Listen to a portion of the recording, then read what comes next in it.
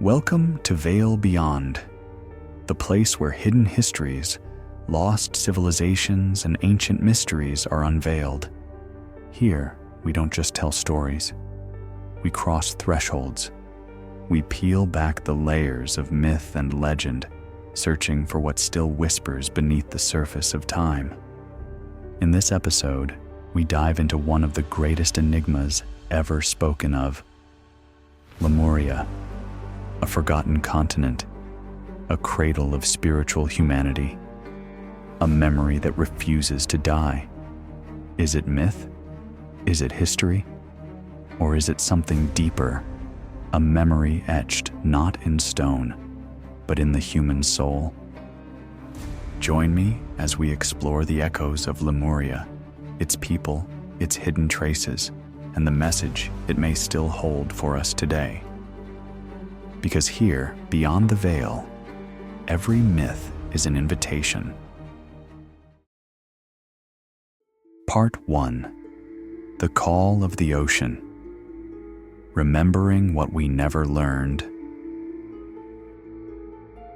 Imagine the ocean as a guardian, not just an endless body of water, but a liquid mirror hiding memories too vast for history books. Its tides brush against us every day, yet what they guard in the depths remains sealed, as if waiting for the moment someone dares to ask again. For centuries, sailors told stories of lands that appeared and vanished on the horizon.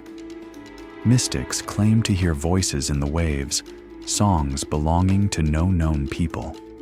And scientists, fascinated by riddles beyond logic, once imagined that a vast continent had connected what today seem like isolated worlds. Thus, in the 19th century, a name was born: Lemuria. It was science's attempt to explain the inexplicable, how identical species could be found thousands of miles apart.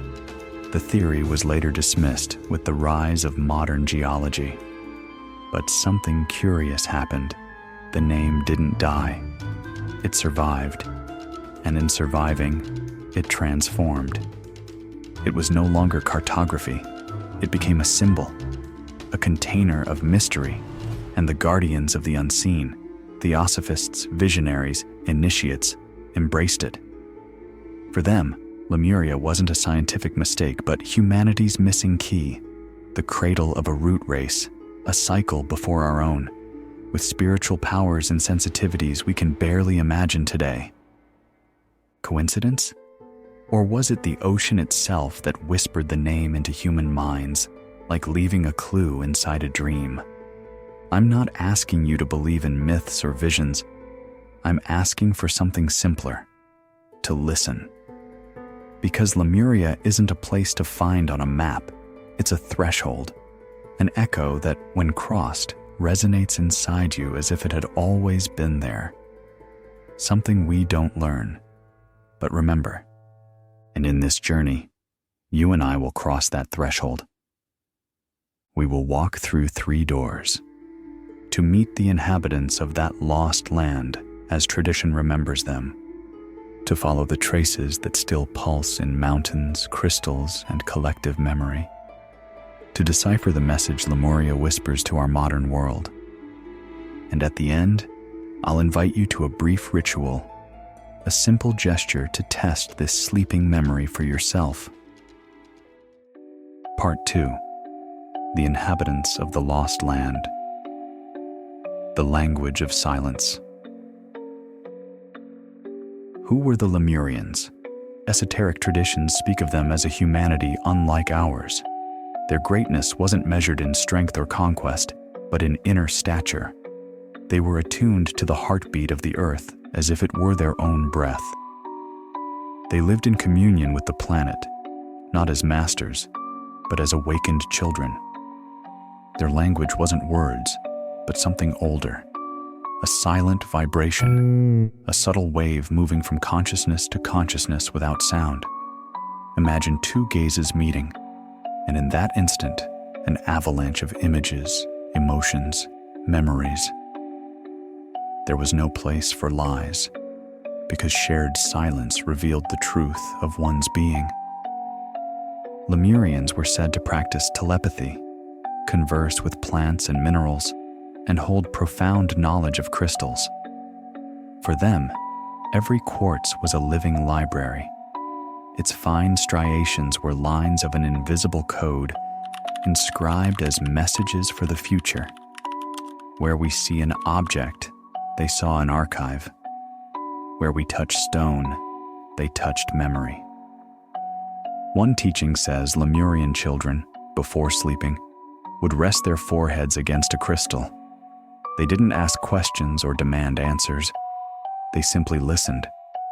And the crystal gave back images, star maps, migration routes, songs that healed invisible wounds. That was their school. They didn't learn by repetition, but by resonance. Stories say they could feel the sorrow of a tree before it withered, or hear the murmur of a mountain before it erupted. Their science was empathy, their power, attunement. But not everything was harmony. There was pride, there was fear. The difference is, they didn't hide it. They breathed it, transformed it into ritual, into song. Still, their greatest danger wasn't war, but something subtler, dissonance. When a people forget the earth's rhythm, when listening turns to noise, balance collapses, and cataclysm follows. It is said that before the Great Change, call it flood, sinking, or transmutation, the sages guided their people into cities of refuge. They didn't descend underground to hide, but to sustain the planet's pulse from within. They withdrew as invisible guardians, seeding promises in crystals, mountains, and songs. It wasn't a farewell, it was a pact. They would return, not in flesh and bone, but in vibration, when humanity was ready to remember. Part 3. Mountains, hidden cities, and crystals that remember, where the trail still beats. Among today's seekers, one name burns like a torch. Mount Shasta in California. It isn't just a mountain. It's a snow-covered volcano rising like a white pyramid on the horizon, cloaked in guardian clouds. Those who dare to spend the night there speak of choirs with no source, voices appearing out of nowhere. Some report lights moving silently across the slopes, as if the mountain itself were breathing energy. Others awaken from dreams on its ridges with teachings they swear came from no human teacher. These stories converge on one point. Beneath the mountain lies Telos, the inner city, invisible to ordinary sight, yet vibrant for those who arrive with pure intent. There, Lemurian communities are said to continue their path, transmitting fragments of knowledge telepathically to those who can tune in. Not mystery tourism, as some claim, but pilgrimage.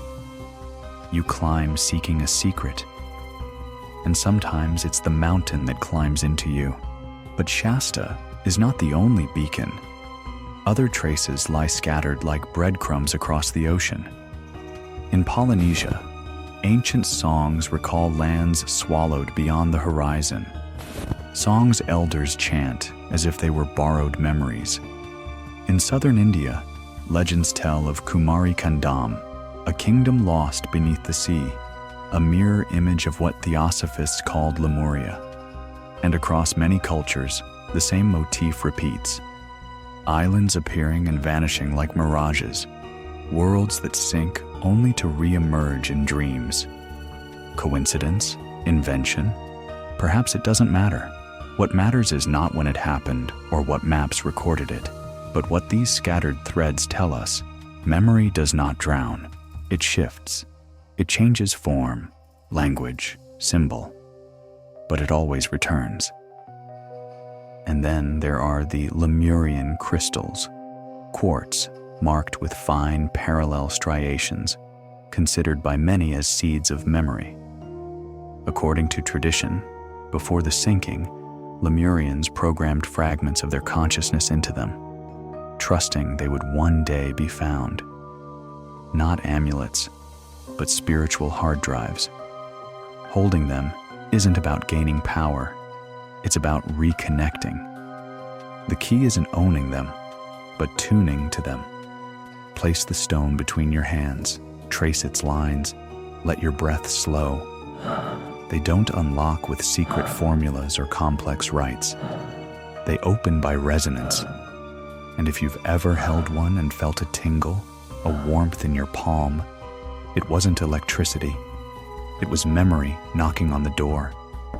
Because sometimes the trace of Lemuria isn't in a mountain, an island, or a crystal. Sometimes it's in a recurring dream, a childhood sensation that never left, an image replaying for no reason. That dream you've carried for years without knowing its source. Maybe it's not fantasy. Maybe it's an echo of what humanity swore never to forget. Part 4. Traces in the modern world. Territories that breathe like Lemuria. If Lemuria was real, where are its scars today? Some maps aren't drawn in ink, but in memory. And in corners of the earth, certain lands seem to hold a strange pulse, as if beneath their soil, an ancient heart still beats. Take Madagascar, often called the surviving fragment of Lemuria. Its unique fauna, species found nowhere else, feel like biological echoes of a continent torn from history. For the Malagasy people, the island is alive with spirits and ancestors dwelling in caves and sacred mountains. In southern India, the tales of Kumari Kondam speak of a kingdom beneath the waves that once linked the subcontinent with the Indian Ocean. Ancient poems describe radiant cities swallowed by water. Intriguingly, archaeologists have found remains along Tamil Nadu's coast, aligned with star maps, as if part of a greater puzzle. Further east, in Hawaii, kahunas, ancestral sages, tell of Mu, a motherland sunk into the sea, leaving only islands as floating beacons. Their chants still carry the word Lemu, the same root as Lemuria.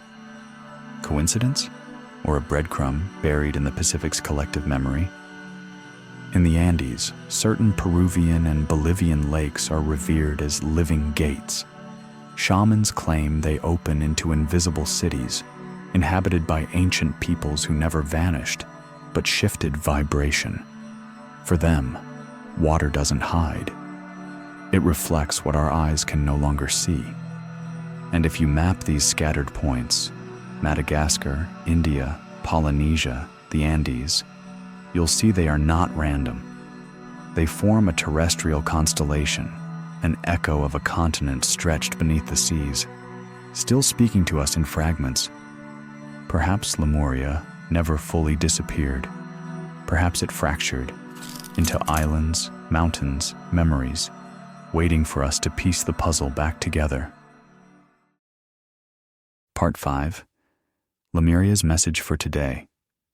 From myth to practice.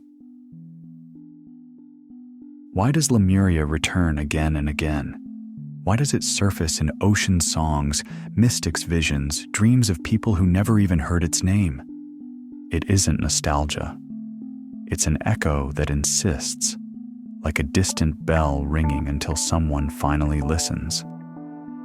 Lemuria reminds us of what we've forgotten, that humanity falls into chaos when it stops listening, when it fragments, when it turns harmony into noise. Modern life is full of technology, but starved of silence. We confuse power with accumulation, knowledge with speed. But the true technology, say the Lemurians, is not outside us. It's in the rhythm of our breath. True safety doesn't come from control, but from attunement. Lemuria isn't longing for a lost past.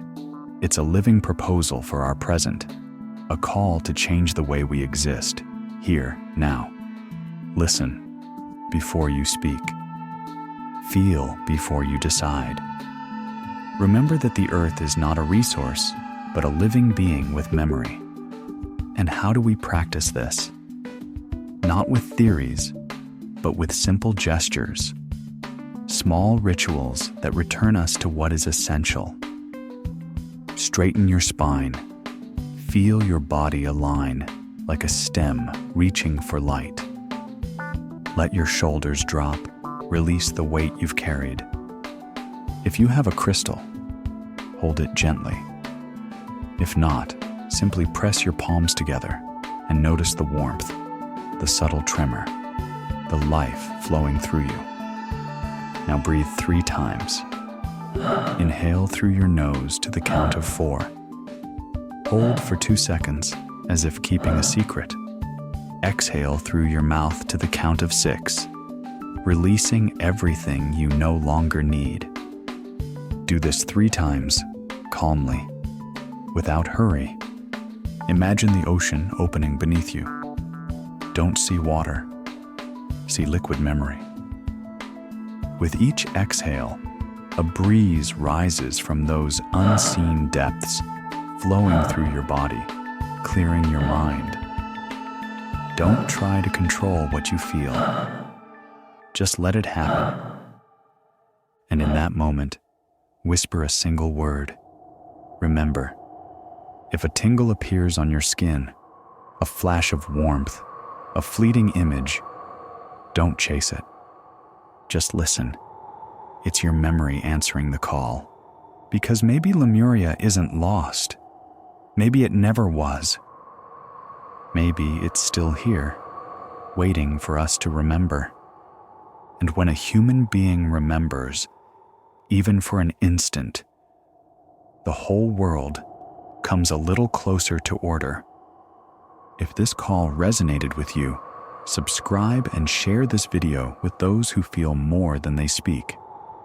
Tell me in the comments, what did the water whisper to you today? And we'll meet again, as always, at the next threshold.